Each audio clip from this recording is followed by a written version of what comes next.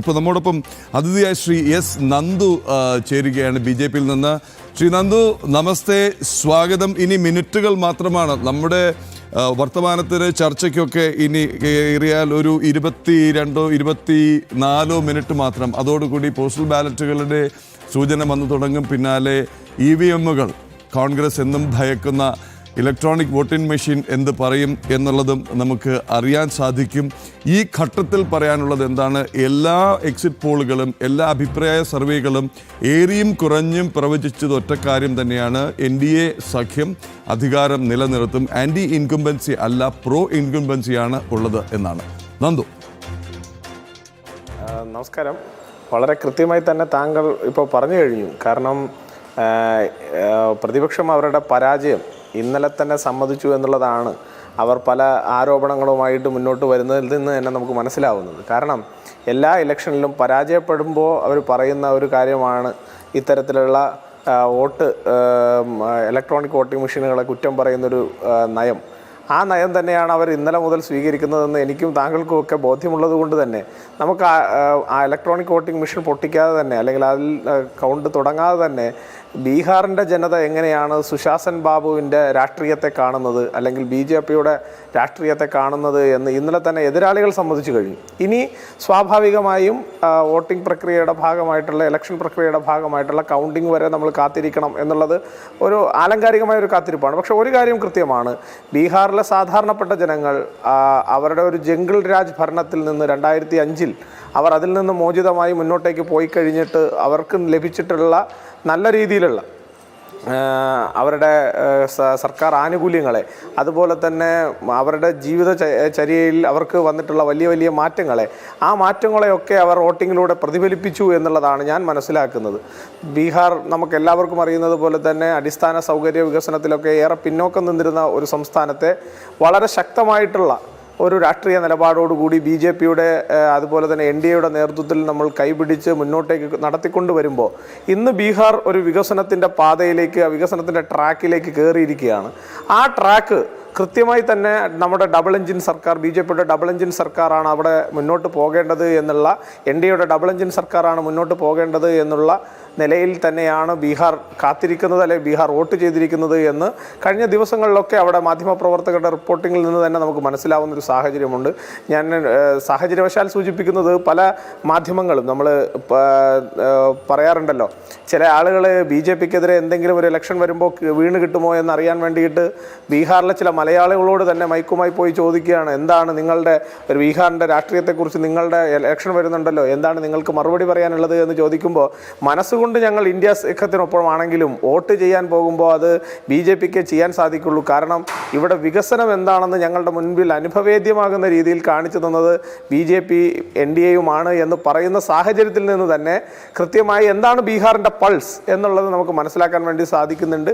ആ വിശ്വാസത്തിലൂടെ, അവരുടെ ജനങ്ങൾ തന്നിട്ടുള്ള അനുഗ്രഹത്തിലൂടെ, ജനങ്ങൾ നൽകിയിട്ടുള്ള വിശ്വാസത്തിലൂടെ ഞങ്ങൾ മുന്നോട്ട് പോകും. തീർച്ചയായും ഞാൻ ഈ ചർച്ച വരുന്ന സമയത്തൊക്കെ കേട്ടത്, കോൺഗ്രസിൻ്റെ ഒക്കെ പ്രതിനിധികളൊക്കെ പറയാൻ ശ്രമിച്ചൊരു കാര്യം, ബീഹാറിലെ വനിതകൾ, ബീഹാറിലെ സ്ത്രീ വോട്ടർമാർ, കഴിഞ്ഞ തവണയും ഞങ്ങളെ വിജയിപ്പിച്ചത്, ഞങ്ങളെ അനുഗ്രഹിച്ചത് ബീഹാറിലെ സ്ത്രീ വോട്ടർമാരാണ്, അമ്മമാരാണ്. തീർച്ചയായും ആ ബീഹാറിലെ സ്ത്രീ വോട്ടർമാർ, നേരത്തെ നമ്മളൊക്കെ സൂചിപ്പിച്ചതുപോലെ മദ്യവർജനത്തെക്കുറിച്ചുള്ള ഒരിക്കലും ബീഹാർ പോലൊരു സംസ്ഥാനത്ത് സാധിക്കാത്ത പല കാര്യങ്ങളും അത് നടത്തിയെടുക്കാൻ BJPയും NDAയും നടത്തിയിട്ടുള്ള പ്രവർത്തനങ്ങളെ അവിടുത്തെ ജനങ്ങൾ 6 മണി കഴിഞ്ഞാൽ പുറത്തേക്ക് ഇറങ്ങാൻ സാധിക്കാതിരുന്ന അമ്മമാർക്ക് ഇന്ന് സ്വച്ഛന്തം സുരക്ഷിതമായി പുറത്തേക്ക് ഇറങ്ങാനും അവരുടെ കാര്യങ്ങൾക്ക് പുറത്തേക്ക് പോകാനും സാധിക്കുന്ന നിലയിലേക്ക് സുരക്ഷിതമായൊരു സംസ്ഥാനമാക്കി, ജംഗിൾ രാജ് വിമുക്ത സംസ്ഥാനമാക്കി, ലോ ആൻഡ് ഓർഡർ നടപ്പാക്കുന്നൊരു സംസ്ഥാനമാക്കി, അതുപോലെ തന്നെ അവരുടെ ഏറ്റവും അടിസ്ഥാന കാര്യമായിട്ടുള്ള കാര്യങ്ങളിൽ തുടങ്ങി അവരുടെ ഏറ്റവും അത്യാവശ്യ കാര്യങ്ങളിൽ വരെ ഇടപെടുന്നൊരു സർക്കാരായി ബീഹാറിലെ NDAയുടെ സർക്കാർ മാറി എന്നുള്ളതിൻ്റെ പ്രതിഫലനമാണ് RJDക്കും അതുപോലെ തന്നെ കോൺഗ്രസിനും ഇത്തരത്തിൽ വലിയ രീതിയിലുള്ള പ്രചണ്ഡമായ പ്രചരണങ്ങൾ. രാഹുൽ ഗാന്ധി, ഞാൻ മനസ്സിലാക്കുന്നത് ശരിയാണെങ്കിൽ, രാഹുൽ ഗാന്ധി എതിലൂടെയാണോ വോട്ട് ചോരി യാത്ര നടത്തിയത് അവിടെയൊക്കെ വലിയ ഭൂരിപക്ഷത്തിൽ ഭാരതീയ ജനതാ പാർട്ടിയുടെ സ്ഥാനാർത്ഥികൾ, NDAയുടെ സ്ഥാനാർത്ഥികൾ വിജയിച്ചു കയറുന്ന സാഹചര്യമാണ് ഇന്ന് ബീഹാറിലുള്ളത് എന്നാണ് ഞാൻ മനസ്സിലാക്കുന്നത്. ശ്രീ നന്ദു, 2 കാര്യങ്ങളാണ് അങ്ങ് പറഞ്ഞതിൻ്റെ തുടർച്ചയായിട്ട് നമുക്ക് പറയാനുള്ളത്. 2 കാര്യങ്ങളാണ്. ഒന്ന്, ഇന്നലെ തന്നെ ഈ വോട്ട് ചോരി തെരഞ്ഞെടുപ്പ് കൗണ്ടിംഗ് ആരംഭിക്കുന്നതിന് മണിക്കൂറുകൾക്ക് മുമ്പ് തലേന്ന് തന്നെ വോട്ട് ചോരി എന്നുള്ളൊരു ആരോപണത്തിന് കൃത്രിമ തെളിവുണ്ടാക്കാനുള്ളൊരു ശ്രമം നടന്നിരുന്നു. ഒരു വനിതാ പോലീസ് ഓഫീസർ അത് കൈയോടെ പൊക്കിയിരുന്നു. ഒരു ട്രക്ക് വന്ന് നിൽക്കുന്നു. ആ ട്രക്കുകൾ നിറയെ നമ്മുടെ ഇലക്ട്രോണിക് വോട്ടിംഗ് മെഷീൻ കൊണ്ടുപോകുന്ന പാക്ക് ചെയ്യുന്ന പെട്ടികൾ നിറച്ച് അവിടെ നിന്ന് നീങ്ങാൻ തുടങ്ങുന്നു. ഈ ദൃശ്യങ്ങൾ പകർത്തി കഴിഞ്ഞ ശേഷമാണ് ഈ പോലീസ് ഓഫീസർ ഇത് തടയുന്നതും ആ ട്രക്ക് തുറന്ന് നിർബന്ധപൂർവ്വം ആ പെട്ടികൾ തുറന്ന് കാണിക്കാൻ ആവശ്യപ്പെടുകയും ചെയ്തത്. അപ്പോൾ അതിലുണ്ടായിരുന്നത് ഇലക്ട്രോണിക് വോട്ടിംഗ് മെഷീനുകൾ കൊണ്ടുപോകുന്ന കേസസ് അല്ലെങ്കിൽ പെട്ടികളുടെ അതേ രൂപത്തിലുള്ള അതേ നിറത്തിലുള്ള പെട്ടികൾ, പക്ഷേ അവയൊക്കെ കാലിയായിരുന്നു.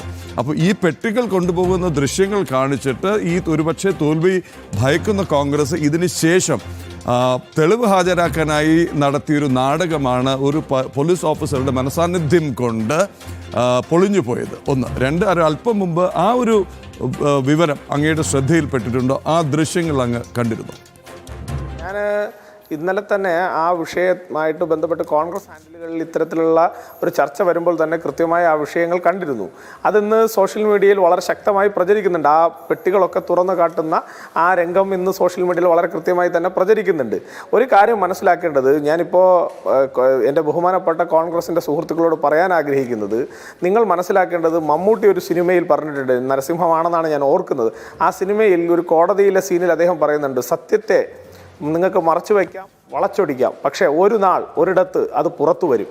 അതുപോലെയാണ് ഈ വോട്ട് ചോരി എന്ന് പറയുന്ന പേരിൽ നിങ്ങൾ നടത്തിയിട്ടുള്ള ഇത്തരത്തിലുള്ള കാപട്യങ്ങളെല്ലാം, നിങ്ങൾ ഇലക്ട്രോണിക് വോട്ടിംഗ് മെഷീനുകളെ കുറിച്ച് നടത്തിയിട്ടുള്ള വ്യാജ പ്രചരണങ്ങളെല്ലാം, ആ വ്യാജ പ്രചരണങ്ങളിലും വോട്ട് ചോരിയിലും ഒരു കാര്യം പോലും തെളിയിക്കാൻ പറ്റാത്ത പാർട്ടി വീണ്ടും വീണ്ടും ഇന്ത്യൻ ജനാധിപത്യത്തെ, ഇന്ത്യയുടെ സൗന്ദര്യമായിട്ടുള്ള, ഇന്ത്യയുടെ ഏറ്റവും വലിയ അഭിമാനമായിട്ടുള്ള ഇന്ത്യൻ ജനാധിപത്യത്തെ ഇത്തരത്തിൽ അപഹസിക്കുകയും ഇത്തരത്തിൽ അതിനെ അപമതിപ്പുണ്ടാക്കുന്ന രീതിയിലും പ്രവർത്തിക്കുന്നത്, അവർ ഒരു രാഷ്ട്രീയ പ്രസ്ഥാനം എന്നുള്ള നിലയിൽ, ഇന്ത്യയിലെ ഒരു ജനാധിപത്യ രാഷ്ട്രീയ പ്രസ്ഥാനം എന്നുള്ള നിലയിൽ അവർക്കത് ഭൂഷണമല്ല എന്ന് പറയുന്നതിനോടൊപ്പം അവരുടെ ഉള്ളിലെ ജനാധിപത്യവും അവരുടെ ഉള്ളിലെ രാഷ്ട്രീയവും രാഷ്ട്രസ്നേഹവും അവർക്ക് എവിടെയൊക്കെയോ നഷ്ടപ്പെട്ടിരിക്കുന്നു എന്ന് ഇന്ത്യൻ നാഷണൽ കോൺഗ്രസിലെ എൻ്റെ ബഹുമാനീയരായിട്ടുള്ള സുഹൃത്തുക്കളോട് ഈ അവസരത്തിലെങ്കിലും അത് പറയാതെ പോകാൻ സാധിക്കാത്തത് കൊണ്ട് പറയേണ്ടി വരികയാണ്. ഇനി നമ്മളെ സംബന്ധിച്ചിടത്തോളം നമ്മൾ ചിന്തിക്കേണ്ട ഒറ്റ കാര്യമേ ഉള്ളൂ. നമ്മൾ ഇന്നലെ തന്നെ ചില ചാനലുകൾ, ചില മലയാളത്തിലെ ചില ചാനലുകൾ ഇന്നലെ അന്തിച്ചർച്ചയിൽ, അല്ലെങ്കിൽ അവരുടെ ഈ എഡിറ്റേഴ്സിൻ്റെ ചില ചർച്ചകളിൽ, ഞാൻ ആ ചർച്ച പറയുമ്പോൾ നമ്മൾ വേറെ ചാനലുകളിലേക്കൊന്നും പോകണ്ട, നമ്മളാരും പങ്കെടുക്കാത്ത ചില ചാനലുകളുണ്ട്, ചില തീവ്രവാദ ഫണ്ടിങ് ഒക്കെ വാങ്ങുന്ന ചില ചാനലുകൾ.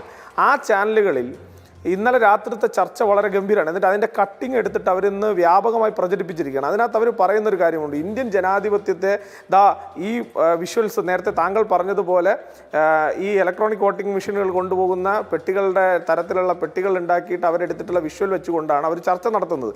ആ ചർച്ചയിൽ അവർ പറയാം, ഇന്ത്യൻ ജനാധിപത്യത്തിൽ നാട്ടുകാർക്ക് തടയേണ്ടി വരുന്നു, എന്നിട്ട് അത് തിരുത്തി പറയണം, അല്ല RJDയുടെ നേതാക്കന്മാർക്ക് തടയേണ്ടി വരുന്നു, ഇന്ത്യൻ സ്ട്രോങ് റൂമുകളുടെ മുന്നിൽ, ഇലക്ഷൻ കഴിഞ്ഞാൽ സ്ട്രോങ് റൂമുകളുടെ മുന്നിൽ ഒപ്പോസിഷൻ പാർട്ടികൾക്ക് ഇരിക്കേണ്ടി വരുന്നു എന്നൊക്കെ പറഞ്ഞിട്ട് ഒരു കപട രാഷ്ട്രീയം, അല്ലെങ്കിൽ ഒരു ഇത്തരത്തിലുള്ള ഒരു നറേറ്റീവ് സൃഷ്ടിച്ചുകൊണ്ട് ഇന്ത്യൻ ജനാധിപത്യത്തെ തകർക്കുക, ഇന്ത്യൻ ജനാധിപത്യത്തെ തകർത്ത് തോക്കിൻ കുഴലിലൂടെ ഭീകരവാദികളെ കൊണ്ട് ഈ രാഷ്ട്രത്തിൻ്റെ ജനാധിപത്യത്തെയും ഈ രാഷ്ട്രത്തിൻ്റെ സമാധാനത്തെയും അട്ടിമറിച്ചുകൊണ്ട് മുന്നോട്ട് പോകാം, അതിന് ഞങ്ങൾ ഒത്താശ ചെയ്യുമെന്നുള്ള നിലപാട് എന്ന് മുതൽ കോൺഗ്രസ് എടുക്കാൻ തുടങ്ങിയോ അന്ന് മുതൽ നിങ്ങൾ നോക്കിയാൽ മതി. JNUവിനകത്ത് ആ മുദ്രാവാക്യം വിളിക്കുമ്പോൾ രാഹുൽ ഗാന്ധി ചെന്ന് ആ സൈഡിൽ ചെന്ന് ഇരിക്കാൻ തുടങ്ങിയ ദിവസം മുതൽ ഇങ്ങോട്ട് കോൺഗ്രസ് പാർട്ടി എന്ന് പറയുന്ന പാർട്ടിക്ക് ഇന്ത്യയിലെ ഒരു സംസ്ഥാനത്തും തിരിച്ചു വരാൻ പോയിട്ട് ഒന്ന് പിടിച്ചു നിൽക്കാൻ സാധിക്കാത്ത നിലയിലേക്ക് മാറിയിട്ടുണ്ടെങ്കിൽ ഇന്ത്യൻ ജനാധിപത്യത്തെയും ഇന്ത്യയുടെ രാഷ്ട്രബോധത്തെയും ഇന്ത്യയുടെ സ്വത്വബോധത്തെയും എന്നൊക്കെ കോൺഗ്രസിൻ്റെ നേതാക്കന്മാർ തള്ളിപ്പറഞ്ഞിട്ടുണ്ടോ അന്നൊക്കെ കോൺഗ്രസിൻ്റെ നേതാക്കന്മാർ ഇന്ത്യയിൽ നിന്ന് വാഷ് ഔട്ട് ചെയ്യപ്പെടുന്ന ഒരു സാഹചര്യമുണ്ട്.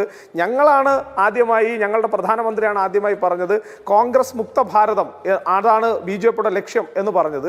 പക്ഷേ ഇന്ന് അക്ഷരാർത്ഥത്തിൽ കോൺഗ്രസ് മുക്ത ഭാരതത്തിന് വേണ്ടി പ്രയത്നിക്കുന്നത് ഇന്ത്യയിലെ കോടിക്കണക്കിന് വരുന്ന രാഷ്ട്രസ്നേഹികളായിട്ടുള്ള സാധാരണപ്പെട്ട ജനങ്ങളും അമ്മമാരുമാണ് എന്ന് പറയുമ്പോൾ അതൊരു അഭിമാനം തരുന്ന കാര്യമാണ്. കാരണം ഞങ്ങൾ പറഞ്ഞിട്ടുള്ള ആ ആശയം അത് കൃത്യമായി ജനങ്ങൾക്ക് ബോധ്യപ്പെട്ടിട്ടുണ്ട്. ഇത്തരത്തിൽ രാഷ്ട്രവിരുദ്ധത പ്രചരിപ്പിക്കുന്ന, രാഷ്ട്രവിരുദ്ധ നിലപാടുകൾ സ്വീകരിക്കുന്ന, വികസന വിരോധികളായിട്ടുള്ള, അഴിമതിയുടെ കൂത്തരങ്ങായി ഇന്ത്യൻ മഹാരാജ്യത്തെ മാറ്റണമെന്ന് ആഗ്രഹിക്കുന്ന, അഴിമതിക്കാരുടെ ചട്ടുകങ്ങളായി മാറിയിട്ടുള്ള, അതുപോലെ ദേശവിരുദ്ധരുടെ നാവായി മാറിയിട്ടുള്ള കോൺഗ്രസ് പാർട്ടിയെ ഇന്ത്യയുടെ ഭൂപടത്തിൽ നിന്ന്, രാഷ്ട്രീയ ഭൂപടത്തിൽ നിന്ന് തുടച്ചു മാറ്റുന്ന പണി ബീഹാറിൻ്റെ ജനത കൃത്യമായി ചെയ്തിട്ടുണ്ട് എന്ന് തന്നെയാണ് ഈ നാട്ടിലെ ഒരു രാഷ്ട്രസ്നേഹി എന്നുള്ള നിലയിൽ, ജനാധിപത്യ വിശ്വാസി എന്നുള്ള നിലയിൽ ഞാനൊക്കെ വിശ്വസിക്കുന്നത്.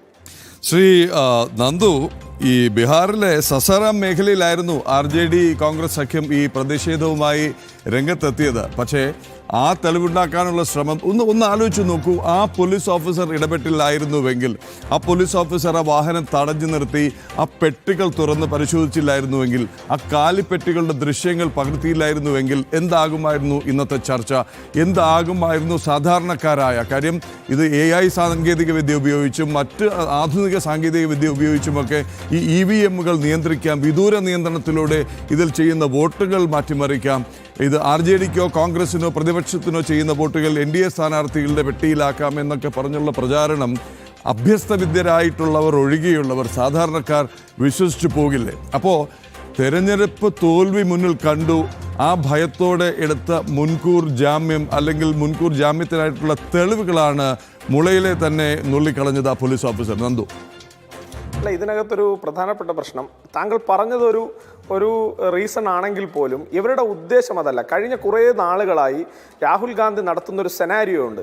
അതായത് വോട്ട് ചോരി എന്ന് പറയുന്ന ഒരു വിഷയം കൊണ്ടുവന്നിട്ട് അതിൽ അദ്ദേഹം അത് വലിയ ബോംബാണ്, ഇപ്പോൾ ആറ്റം ബോംബാണ്, മൊത്തം തകർത്ത് കളയും, BJP മുഴുവനായി തകർത്ത് കളയും എന്നുള്ള നിലയിലൊക്കെയാണ് അദ്ദേഹം പറഞ്ഞുകൊണ്ട് ആ ആരോപണങ്ങളുമായി മുന്നോട്ട് വന്നത്. പക്ഷേ ഞാൻ ചോദിക്കട്ടെ, അതിലേതെങ്കിലും ഒരു ആരോപണം, ആ വോട്ട് ചോരിയുമായി ബന്ധപ്പെട്ടിട്ടുള്ള ഏതെങ്കിലും ഒരു ആരോപണത്തിന് അദ്ദേഹത്തിൻ്റെ പത്രസമ്മേളനം കഴിഞ്ഞ് 10 മിനിറ്റിലധികം ആയുസുണ്ടായിരുന്നോ?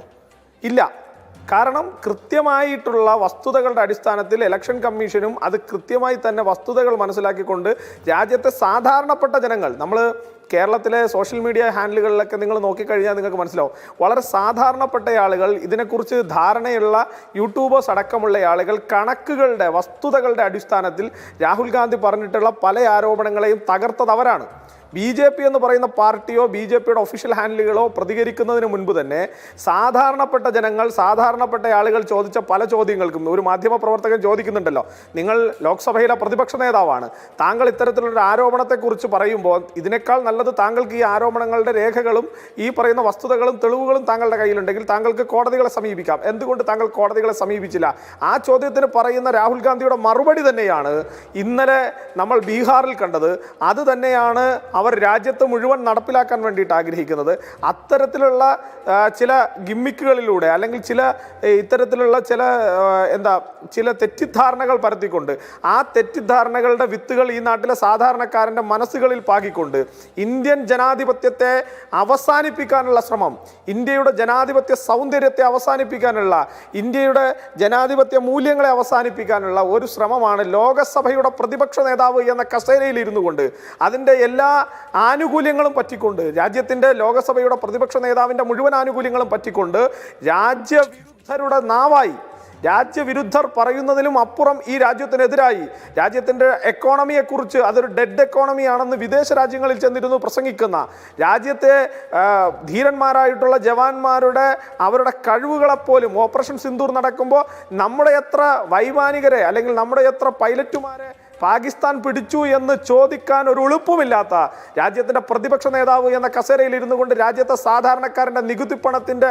ആ പണത്തിൽ നിന്ന് പങ്കുപറ്റിക്കൊണ്ട് രാജ്യവിരുദ്ധത പ്രചരിപ്പിക്കുന്നയാളായി രാഹുൽ ഗാന്ധിയും കോൺഗ്രസും മാറുമ്പോൾ സ്വാഭാവികമായും ഇത്തരത്തിലുള്ള പല നാറിയ പണികളും, ഞാൻ ആ വാക്ക് ഉപയോഗിക്കുന്നത് വളരെ മനഃപൂർവ്വമാണ്, കാരണം അതൊരു അൺപാർലമെൻ്ററി വേർഡ് അല്ലെങ്കിൽ പോലും ഇത്തരത്തിലുള്ള ആളുകളെ അത്തരം വാക്കുകൾ കൊണ്ട് തന്നെയാണ് മറുപടി പറയേണ്ടത്.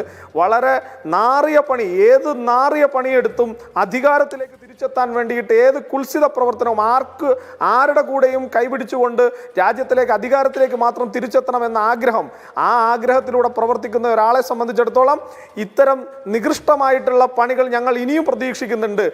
നിങ്ങളൊന്ന് മനസ്സിലാക്കേണ്ടത്, ഈ വീഡിയോ എടുത്ത് മിനിറ്റുകൾക്കകം തന്നെ കേരളത്തിലടക്കമുള്ള ചില തീവ്രവാദ ഫണ്ടിങ് വാങ്ങുന്ന ചാനലുകൾക്കകത്ത് ഇത് ചർച്ച ചെയ്യപ്പെടുന്നുണ്ടെങ്കിൽ എത്ര വലിയ നെറ്റ്വർക്കാണ് ഇവർ ഈ രാജ്യത്തെ ജനാധിപത്യത്തെ അവസാനിപ്പിക്കാൻ, ഈ രാജ്യത്തെ രാഷ്ട്രവിരുദ്ധതയിൽ മുങ്ങിക്കുളിപ്പിക്കാൻ, ഈ രാജ്യത്തിനെതിരായിട്ടുള്ള പോരാട്ടത്തിന് എത്ര വലിയ നെറ്റ്വർക്കാണ് കോൺഗ്രസിന്റെ നേതൃത്വത്തിൽ അവർ സംജാതമാക്കിയിരിക്കുന്നത് എന്ന് കൃത്യമായ ബോധ്യം രാജ്യത്തെ ദേശഭക്തരായിട്ടുള്ള ആളുകളുണ്ട്. ബീഹാറിന്റെ ജനത ഈ മറുപടി BJP വിജയിക്കുമ്പോൾ അത് എത്ര വലിയ ഭൂരിപക്ഷത്തിൽ വിജയിച്ചാലും അത് BJPക്കുള്ള മാൻഡേറ്റിന് അപ്പുറത്ത് അത് രാഹുൽ ഗാന്ധിയുടെ ചെകുട്ടത്ത് ബീഹാറിലെ സാധാരണപ്പെട്ട അമ്മമാരുടെ കൈപ്പത്തി പതിയുന്ന ദിവസമായിട്ടാണ് ഞാൻ ഇതിനെ കാണുന്നത്. ഇന്ത്യൻ ജനാധിപത്യത്തെ സംരക്ഷിക്കാൻ ബീഹാറിലെ സർവ്വസാധാരണക്കാരായിട്ടുള്ള, നമ്മളൊക്കെ പറയാറുണ്ടല്ലോ, അവരെല്ലാം നിരക്ഷരരാണ്, അവരെല്ലാം ഈ പറയുന്ന അക്ഷരാഭ്യാസം ഇല്ലാത്തവരാണെന്ന് പറയുന്നുണ്ടല്ലോ, പക്ഷെ അവരെല്ലാം ദേശസ്നേഹികളാണ്. ഈ ദേശത്തെ നശിപ്പിക്കാൻ ഇറങ്ങിത്തിരിക്കുന്ന, ഈ രാഷ്ട്രത്തെ നശിപ്പിക്കാൻ ഇറങ്ങിത്തിരിച്ചിട്ടുള്ള, രാഷ്ട്രവിരുദ്ധതയുടെ നാവായി മാറിയിട്ടുള്ള രാഹുൽ ഗാന്ധിയുടെ ഇത്തരം കുപ്രചരണങ്ങളുടെ ചെകുട്ടത്തുള്ള അടിയായിരിക്കും ബീഹാറിലെ BJPയുടെ NDAയുടെ തെരഞ്ഞെടുപ്പ് വിജയം. അതാണ് ഞങ്ങൾ കാത്തിരിക്കുന്നത്. ആ മറുപടി പറയാൻ ബീഹാറിന്റെ ജനത കൃത്യമായിട്ട് തയ്യാറായിട്ടുണ്ട് എന്ന് മനസ്സിലാക്കിക്കൊണ്ടാണ് ഇത്തരത്തിലുള്ള നാറിയ നെറികെട്ട പണിക്ക് കോൺഗ്രസിന്റെ നേതാക്കന്മാരും കോൺഗ്രസിന്റെ നേതൃത്വവും RJDയും ഒക്കെ ഇറങ്ങി തിരിച്ചിരിക്കുന്നത് എന്ന് പറയുന്നത് തന്നെ ഇവരൊക്കെ ജനാധിപത്യത്തിന്റെ അപമാനഭാരമായി, ജനാധിപത്യത്തിൽ എടുക്കാച്ചരക്കായി മാറും എന്നുള്ള കാര്യത്തിൽ ഒരു തർക്കവും വേണ്ട.